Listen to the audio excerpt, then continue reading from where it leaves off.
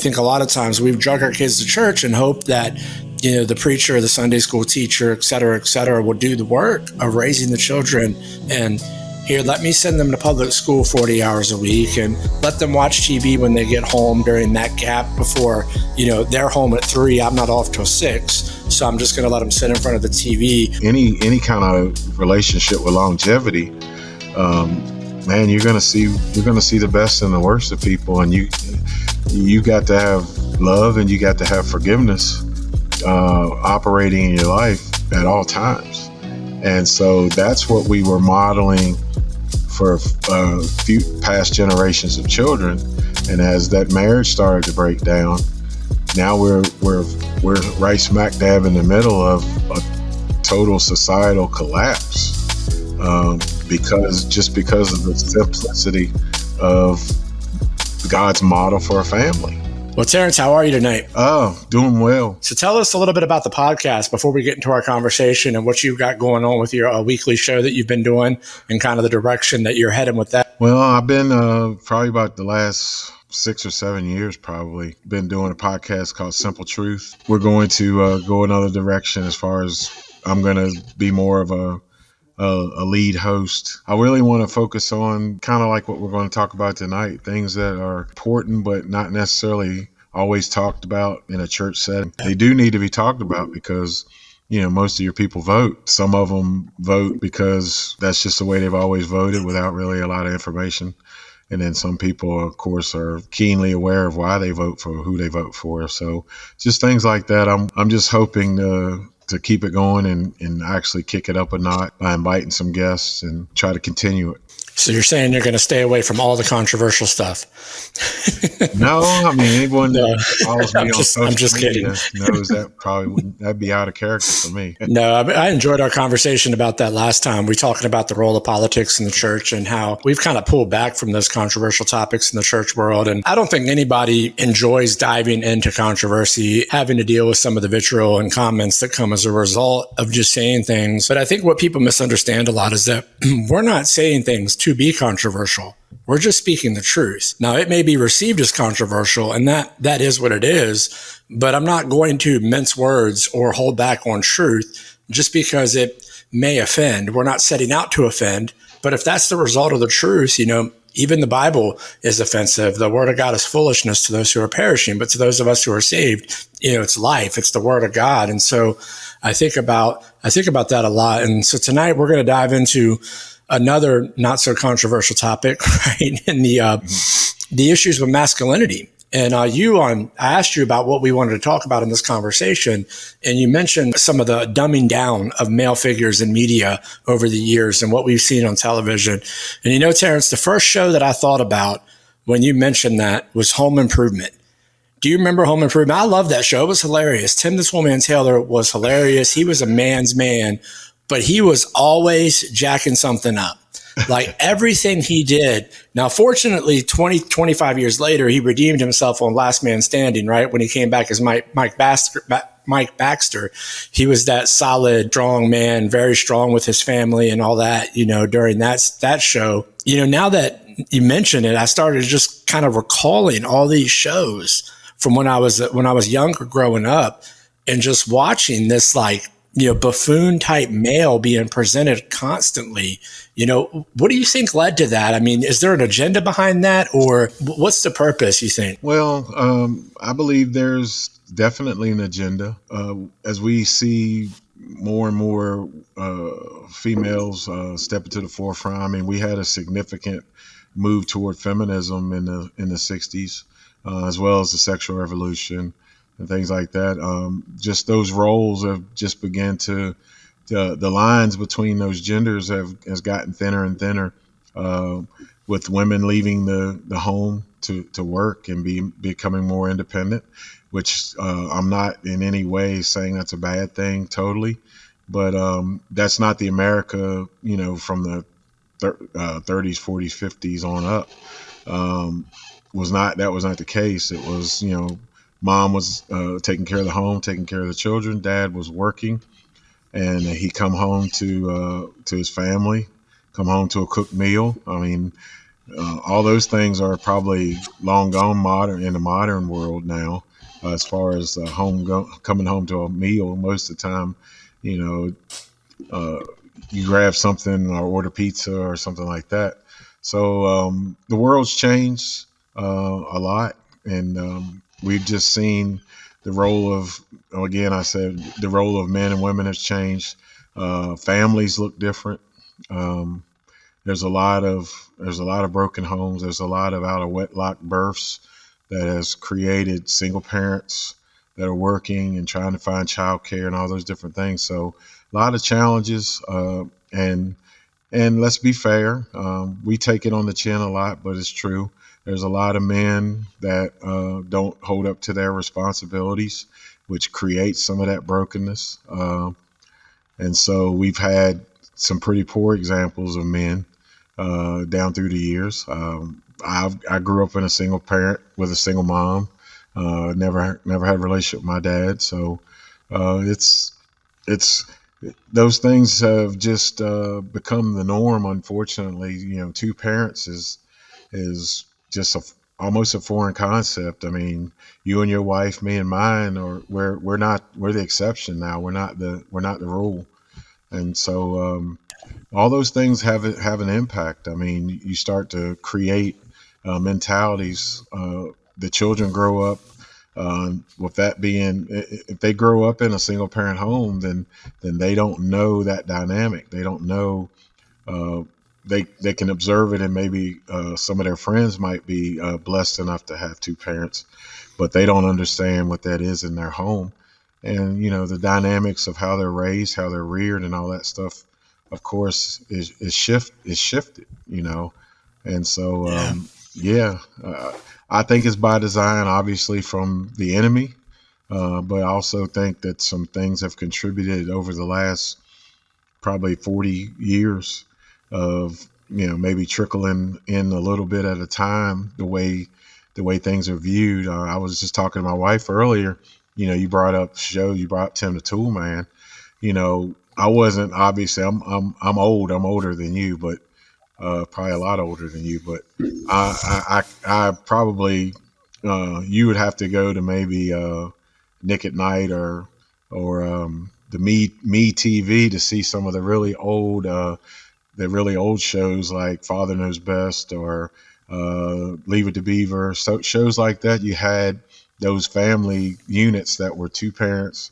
Mom was at home with the children, taking care of the home, and but those things we've slowly gone away. I mean, I guess one of the later shows was, of course, Bill Cosby's no longer a shining example, but the Cosby Show, two upwardly mobile parents that were a two-parent home, two careers, solid kids.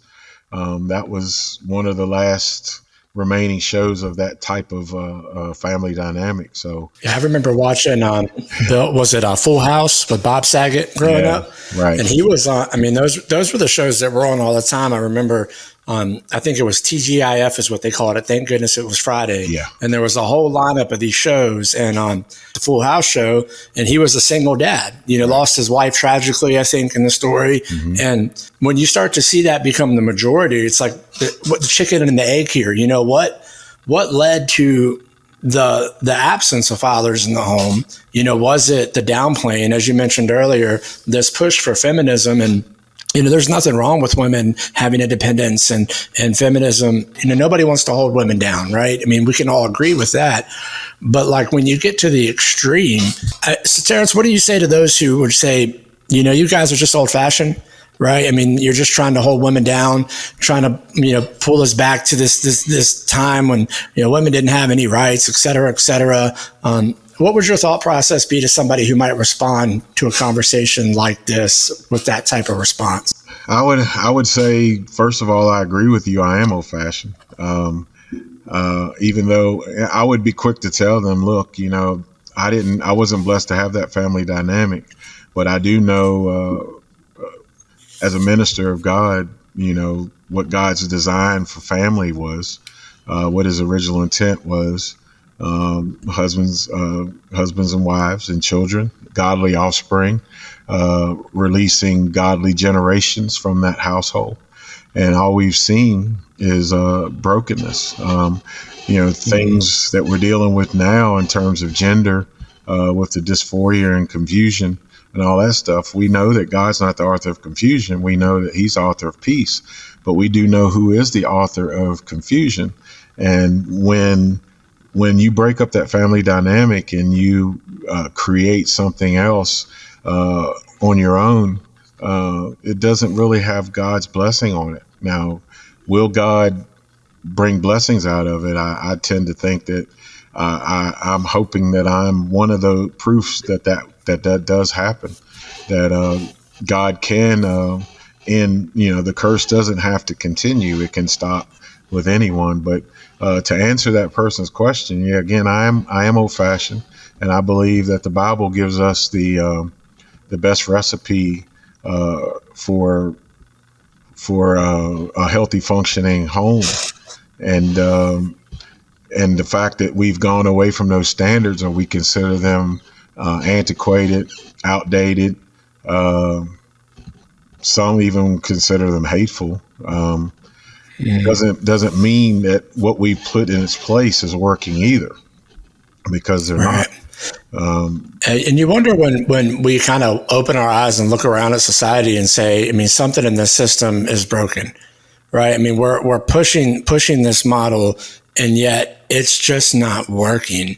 We've got a whole generation of confused teenagers and Gen Zers that don't know who they are. They don't understand their identity. And it's unfortunate to see, the impacts, the far-reaching impacts of us sliding away from God's design more and more and more. The more we slip further away from how God designed things. And I think that's the beauty of leaning into, the specific gender roles. I think we got into this a little bit last time, so I don't want to go too deep into it again. But like when we lean into being who God created us to be, there's so much beauty and purpose for that. Where life gets chaotic and stressful and messed up is when we start to look for fulfillment outside of who God created us to be. And that's what leads to turmoil.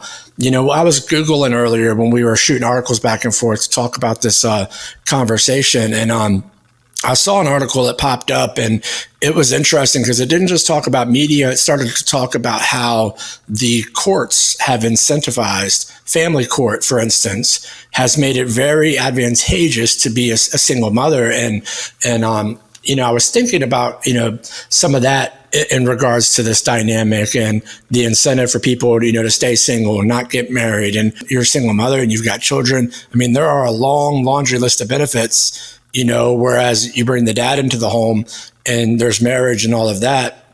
It seems that the courts and the system isn't really that favorable.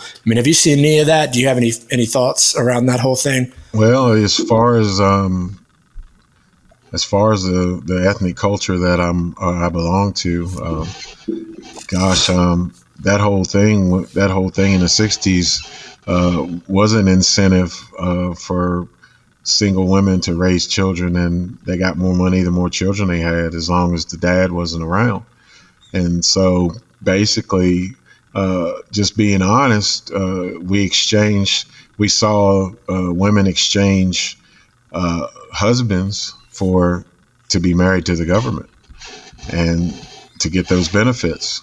And of course, it spread to other ethnicities, but it was definitely something that characterized us during the civil rights movement, the Great Society, as they call it, with Lyndon Baines Johnson. And so you got more money, but you had a broken home. Mother has to work, so who's with the kids? The kids starts to be raised by television. They're out on the block. They're out in the neighborhoods with other guys, with other kids, and they're going to find mischief at some point. Their education's going to suffer.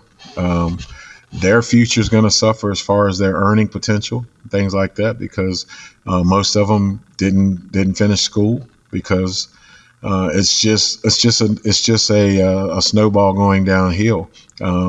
I don't have the statistics in front of me, but your chances of graduating high school and even possibly going to college shoot way up when you're coming from a two-parent home that you had some stability, versus a single-parent home.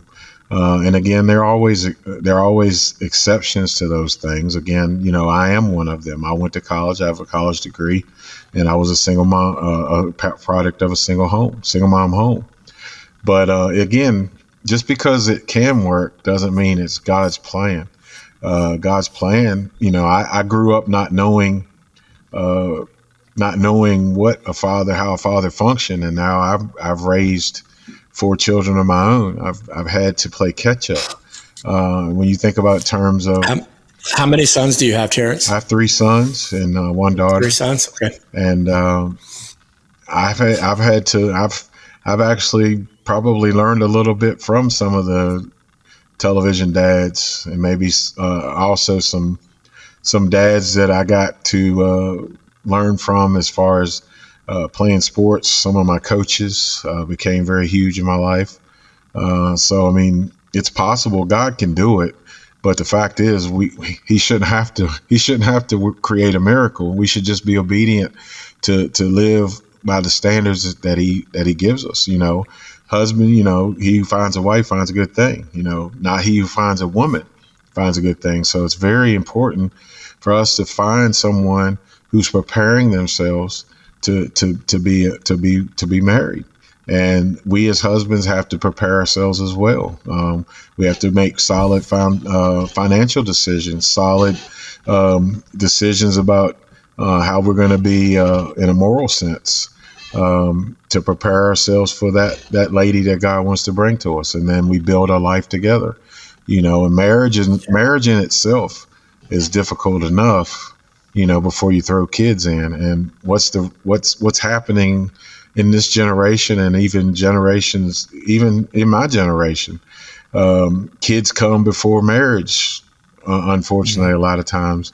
And if marriage ever comes, we have the whole baby mama, baby daddy syndrome in this generation now, and it's just creating dysfunction that's not supposed to be there. Yeah, it's test driving the car, right, for 10 years before people decide to finally get married. It's like, right. You've been living together for 2-3 years and you're not willing to commit to marriage, and you're not going to commit. It's a cheap way out. It's just, it's unfortunate. Yeah, I heard an internet preacher say the other day, you're talking about, just because God can do a miracle doesn't mean we want to make him have to do a miracle. And I think the pastor said, I can't remember which preacher it was that said it. He said, the Bible says all things work together for the good. And a lot of times we look at that and we're like, oh yes, my life's a mess. All things work together for the good. But then he went on to say, he's like, but did you know that all things can just work?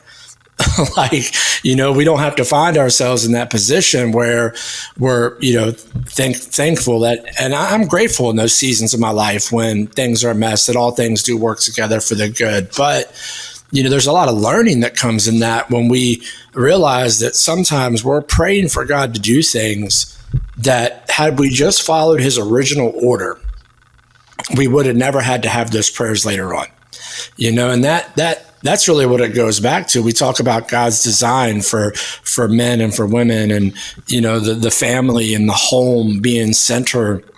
And I think a lot of times, my opinion, and this is something John and I are pretty big on talking about from the pulpit up at Brookside quite a bit, is like, the church is secondary to what happens in your home. And we're really consistent on that. I think a lot of times we've drug our kids to church and hope that, the preacher, the Sunday school teacher, et cetera, will do the work of raising the children.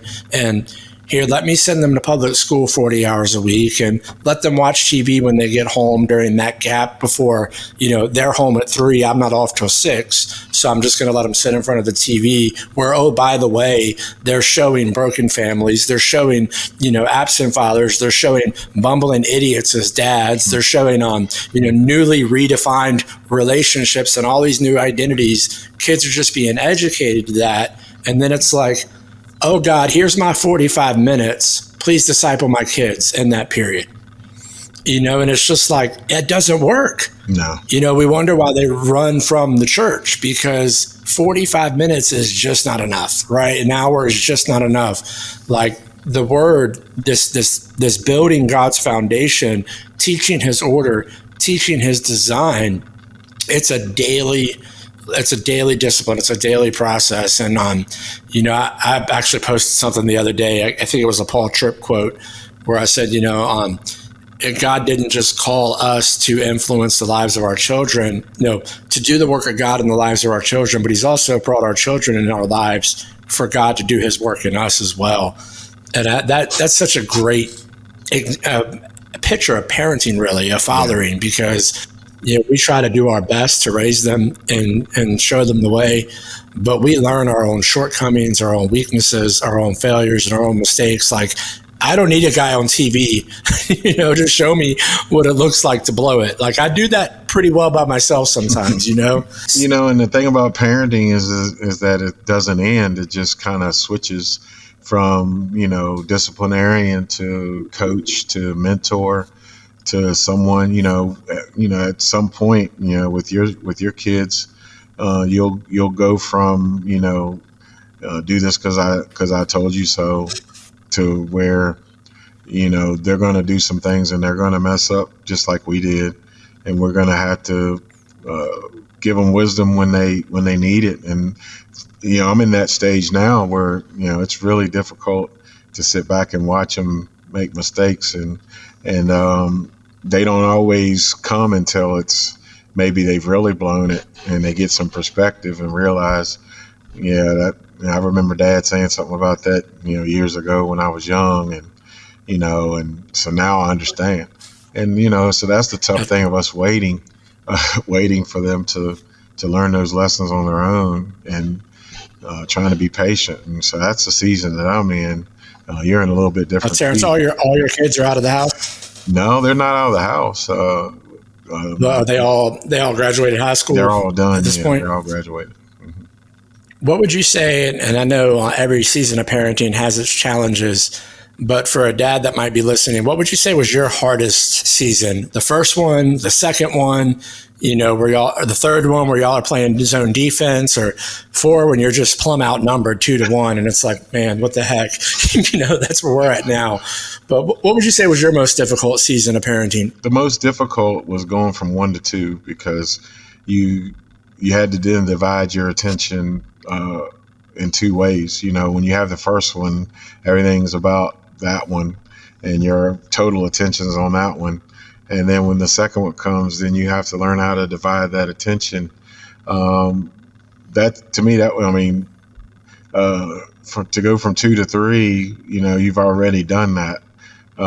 It's just a little more work, but and then obviously from 3 to 4, it's just, once you go from 1 to multiple, then it becomes, a little more of a challenge as far as attention wise. And of course, to me, the most difficult season is probably what anyone would say is probably those teenage years, when they start to, when they believe that they know as much as you do, and, they, regardless of the wisdom that you give them, they make decisions to try some things that they want to try, or, hang with some people that maybe you wouldn't advise them to be with.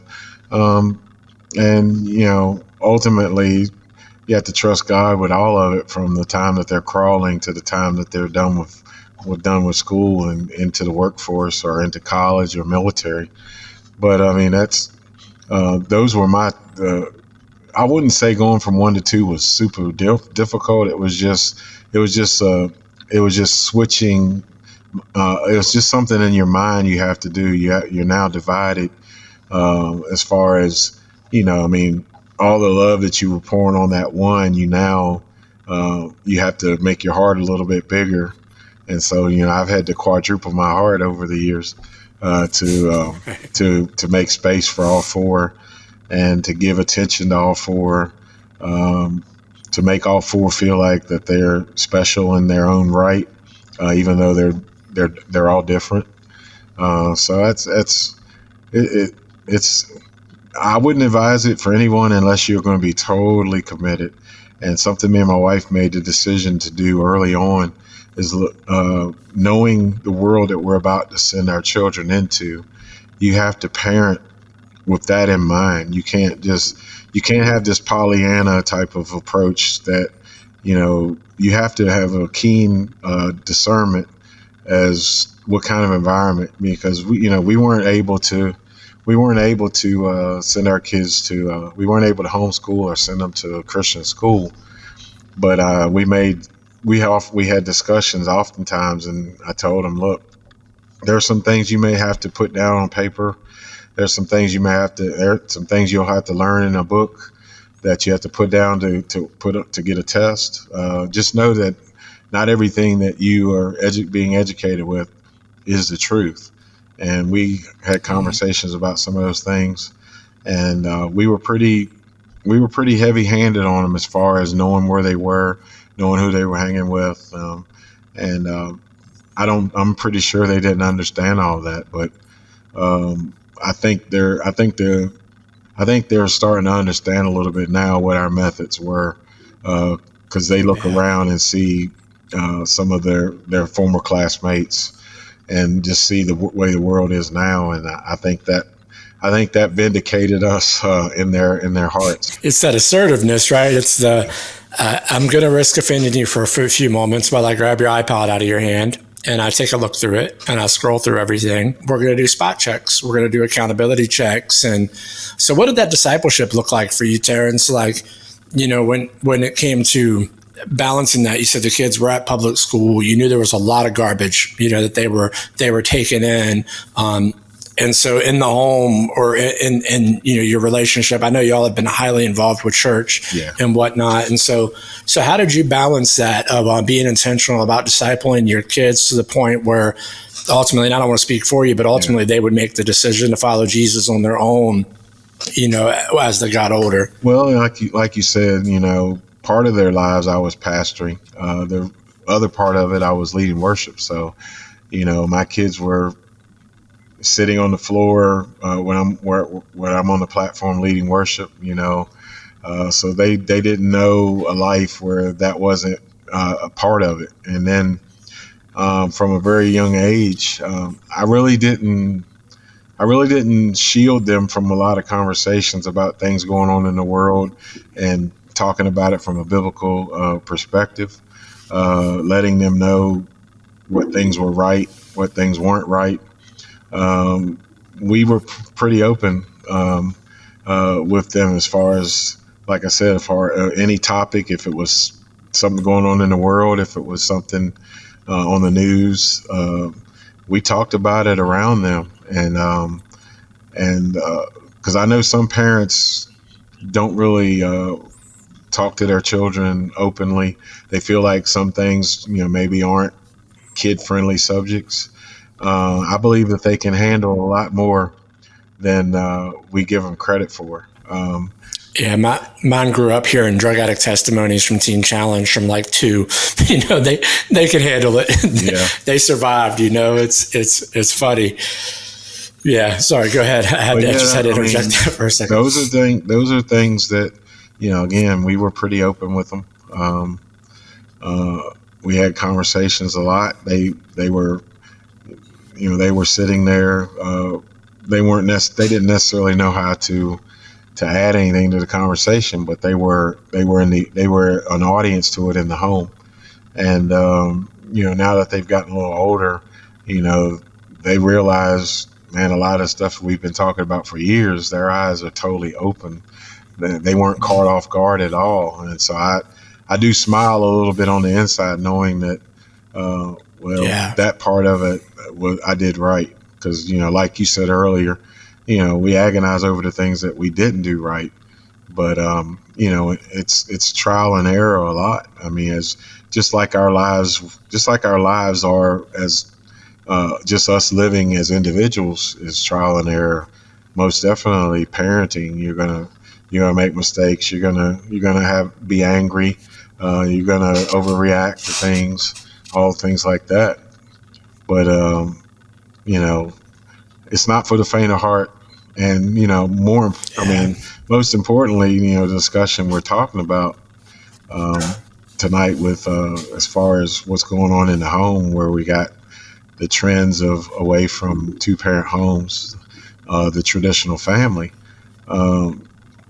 If it's difficult with two parents, and it was, it goes up exponentially with one. And Yeah. trying to find sitters, that opens up a whole nother avenue with kids being molested, kids being violated, kids just not being supervised, putting them in front of a TV, putting them in front of an iPad, putting them in front of, things like that as babysitters, because mom had just got home from work and she's got to catch a couple hours sleep and then go in again night shift. You're hoping, we see a trend. A lot of grandparents are raising children now after they've raised the child. Now they're raising grandchildren. You talked about that, like the whole two-parent home, and it really comes back to looking inwardly, right? Because it's like, there's got to be something in my relationship with my wife that my kids see and they want that for themselves. And that's a difficult question, right? For those for all of us to look at it and just say, man, am I modeling something that's attractive? Yeah. And with everything else in the world, and I don't want to put undue pressure on people, but marriage, relationships, parenting, there's a lot of pressure. And it's not, there's a lot, and that's why the Bible admonishes us to take his yoke upon us, because his yoke is easy, his burden is light. It goes back to that whole following his design for it all. Like, when my relationship and our relationships with our spouses are functioning biblically, they're beautiful, they're exactly as God intended them to be. Our children see just as much love 15 years later as they did when they were brand new. They see that love growing. They see that relationship, that desire to be with each other, be close to each other growing. And hopefully that when my daughter goes out and she starts to choose a husband for herself, I've modeled enough that I can say, I hope she picks somebody, like me, and that's just one of those thoughts. Like, man, I'm fortunate because, I married a woman who is like, she's been following Jesus her whole life. She didn't live the life that I live. She's been modest by choice since the moment I met her. She dresses appropriately. And of course, even saying that is sexist these days, but whatever, Right. It's like, my wife models the woman that I want each of my daughters to be. And I hope that as a man, I model the husband, I model the man that they would, want their husband to look like one day. And that's the pressure, right? We go back to that conversation at the beginning where we were talking about, really the lack of fathering, the examples of fathering on culture. That we don't have the support from the culture anymore. So that puts a little bit more weight on us, right? To be those examples, and the cause is vital. It's our future generations at stake. Yeah. Do you have any thoughts on that? Well, again, I believe generational curses happen, obviously, from sinful behavior, and so until someone in that family line decides I'm going to live for God, we can reverse that trend. And so what we see in our communities is, the reason why we see it spiraling is because each subsequent generation is venturing a lot further away from God and God's ways and God's standards. We know those things work. We know who created them from the beginning, that they work. And in a society where we are just we're hell bent to do what it is in our hearts. We're in the middle of a generation that thinks everything that we feel is the most important. When it comes to gender, when it comes to any of those things, what we feel, whatever we choose to identify as, is what you must recognize us as. And so, but where did all that come from?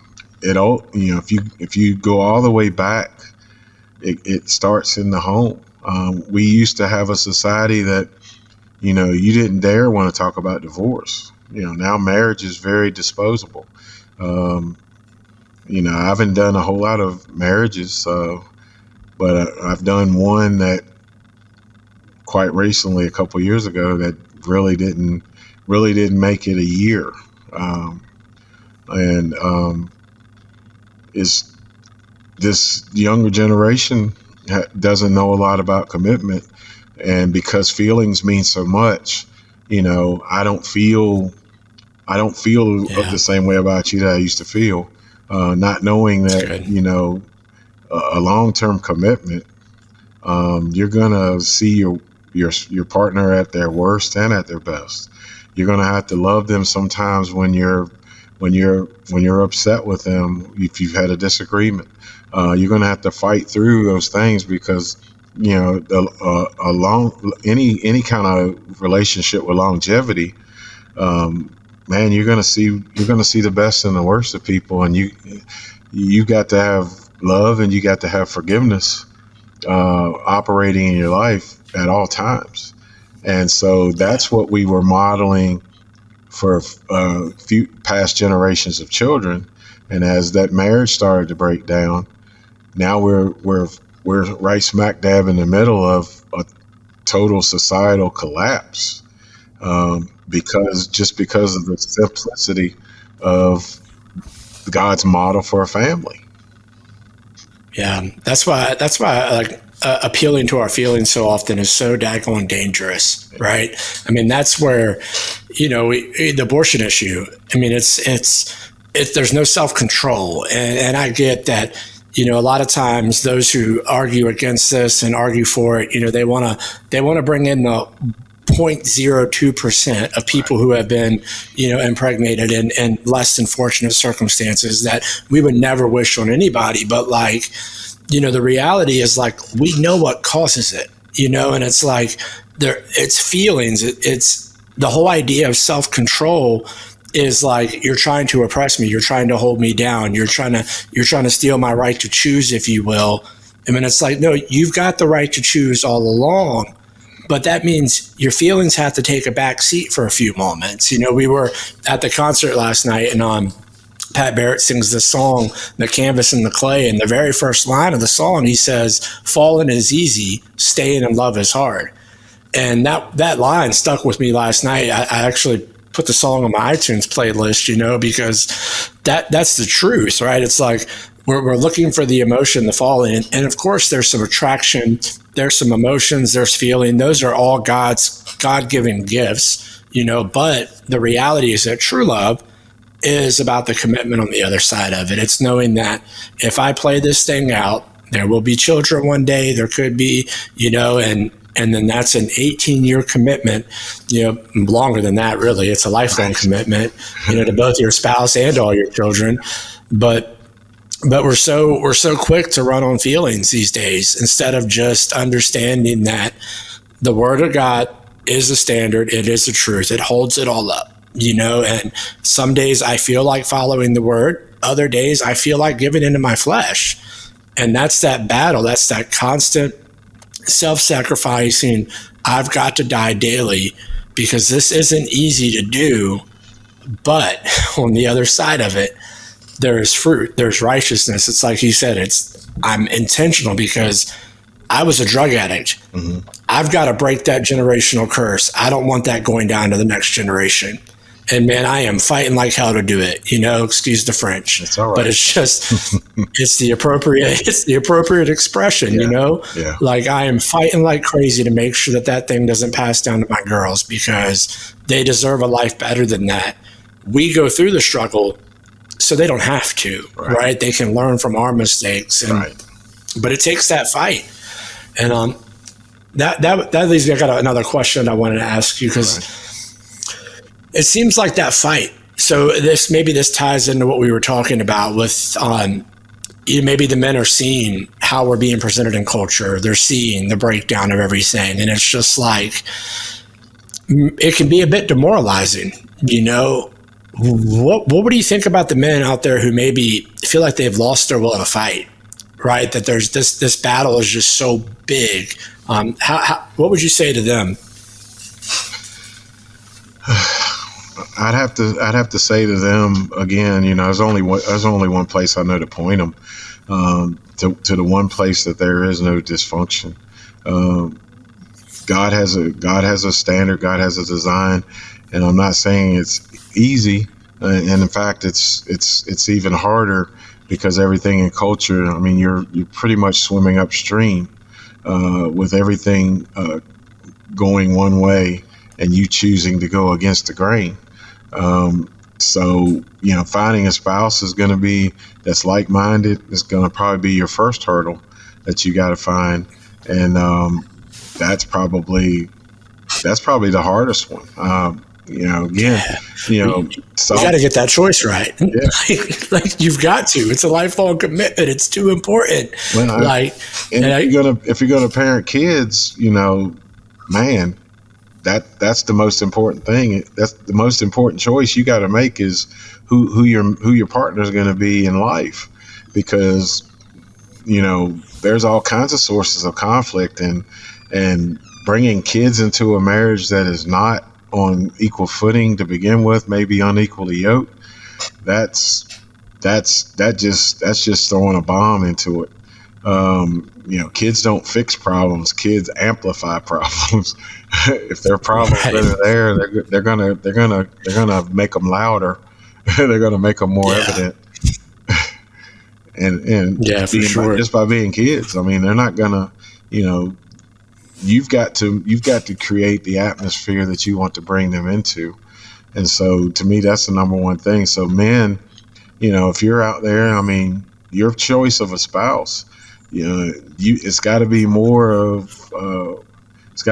about how she looks in her clothes, the width of her hips, the shape of her thighs, all those things have got to, how her hair is, how beautiful you think she is, how she thinks is probably the most important aspect of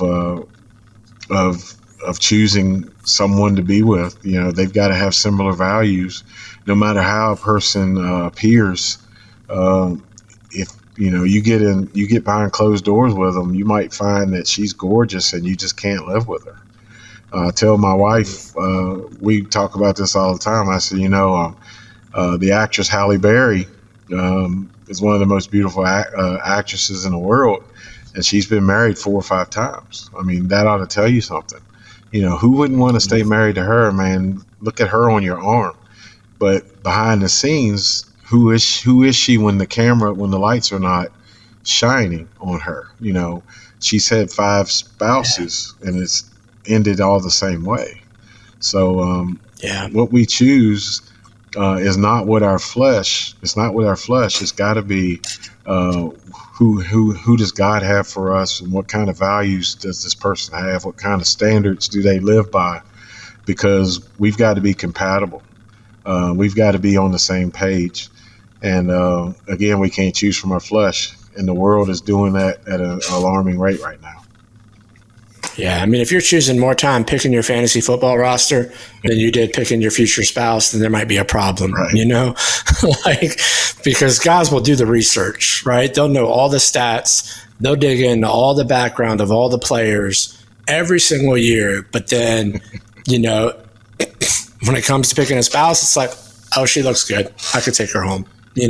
She's good. And it's really an ego thing, because it's like, she's going to make me look good. She's standing beside me, and I'm fortunate to have that in my wife. But man, when we made the decision to get married, and I think she had a better idea of God's design of relationships than I did. Because when I was an addict, I was sleeping around, doing all that stuff. I'd been in a bunch of relationships, thought I was going to get married a few times, and when I met her, she was, very, very much, keeping this thing above board, staying focused on that. And then she's the first person that when I said, do you want to date? Well, I got to pray about it first. And I'm like, what? What is this? Yeah. And it was just such a rare thing. But, both of us had a list of what we wanted and qualities in our spouse before we met each other. And each of us were on each other's list, basically, in that regards. And so for me, it was, I'm not marrying somebody that has a drug past that I do. Not that God can't redeem somebody else, But in my mind, I know that if I was ever going to head down the road to relapse, she's not going there as fast as I would. Right? She's never been there, so she's not going to go there at all. Mm-hmm. And so having that in my life and then all that good stuff, I could go into an hour-long discussion about Ashley, but yeah, man. The only other thing I would say to the men who may be out there watching is like, Terrance and I both got our backstories of where we've come from, and how God did the miracle in our lives. And neither of us are perfect. And I don't think you've heard either of us express that we are perfect by any stretch of the imagination in this conversation. But I think the encouragement here is that, men, you're not alone. Like, there are guys out here that are wanting to stand for truth, that are wanting to break this generational cycle off their life, no matter what it is. Mm-hmm. We want to reset the standard. We want to point people back to the standard, which is the Word of God. And it may be old fashioned. Some may feel it's antiquated. You can call it whatever you want. All I know is it works. Yep. And so I used to hear people say all the time, Terrance, church is just a crutch for the religion, for the people who are broken. And I said, I'd rather walk around with a crutch than be laid out with broken legs, not being able to move anywhere. Yeah. And so that's not an insult to me. Because it holds me up, and it does more than hold me up. It holds me together. And so, we're coming to the end of our hour, Terrance, and I know we kind of started at TV shows and then ended up on marriage, but I think the conversation took a good direction. Do you have any parting thoughts? Well, we talked about marriage because why start a family? Why start a family unless you've already done that? That's first base. Actually, no, it's not first base. First base is your relationship with God. Second base is you preparing yourself for to be a godly man, or to prepare yourself to meet someone who's godly, and have that as a goal, to meet someone who's godly. So marriage is the part three, third base, if we're using a baseball analogy. Finding the right spouse. And then you guys planning together, getting your life straight, getting ready to bring children into the world, and so it's so, to talk about family, a husband and a wife constitutes a family with God before the children come. Yeah. And so if we don't get that right, we have no business bringing children on the scene, because then we create dysfunction within them. We create confusion in them. And again, we don't have to point very hard at society. Just look at it. What they're calling freedom, what they're calling liberty, what they're calling equity, or whatever, all those terms are really just fancy terms for bondage. They don't see it that way. They see it as freedom. But it's not God. Whatever's not God's standard is bondage. Ultimately, it's bondage. And so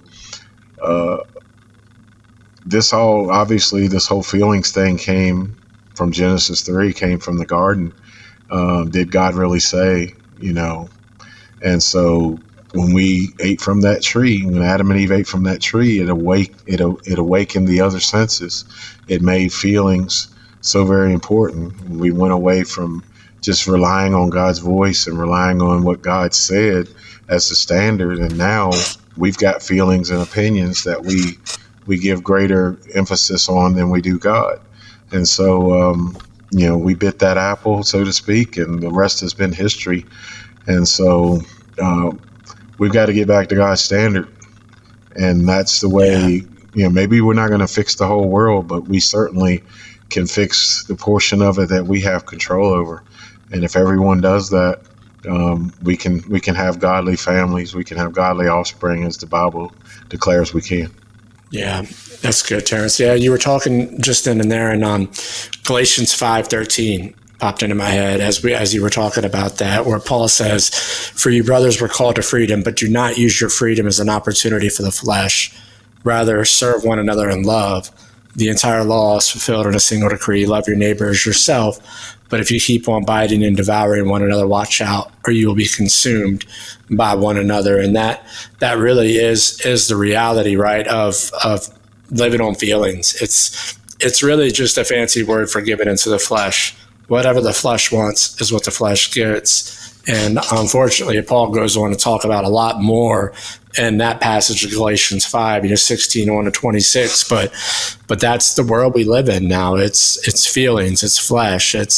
We're using our freedom to do whatever we want. But Christ gave us freedom for a purpose, and that was to serve other people in love. And it starts by, again, that commitment to Christ, and that I'm going to dedicate my life and then my family life. Everything I'm doing with him as the foundation. And it's not easy, but it's definitely doable. Well, Terrance, I appreciate you jumping on tonight. And for those who are watching, definitely check his show out, Simple Truth Radio. I don't know, you said something about rebranding, but for now, everything is still Simple Truth, right? Yeah. And so people can search him on Facebook at Simple Truth Radio, and he does some. I don't know if is it weekly right now? It's bi-weekly. It's every 2 weeks. Yeah, bi-weekly. Go over and give his. We're going to relaunch on April 19th. Nice. It'll be a live show, and we're on Spotify, Google Podcasts, and Apple Podcasts as well. So, yeah. Well, fantastic. Yeah, definitely. Check Terrance's show out. He is a passionate man of God, very confident, very consistent in speaking the truth. And I think that's something that is definitely lacking in our culture today. So Terrance, I appreciate you, man. I appreciate all of our private conversations that we have all the time, man. Just engaging back and forth with each other, kind of, what do you think of this? Well, what do you think of this? And having those back and forth discussions, but knowing that, if I ask you a question, I'm not gonna get anybody beating around the bush. I'm gonna get the truth, and I really value that, and I appreciate that out of you, Terrance. Yeah, I appreciate you as well. I mean, we're cut from the same cloth. I praise God for that. Amen. Well, God bless you. Thank you guys for watching. Y'all have a wonderful evening. Thanks again, Terrance. All right, man.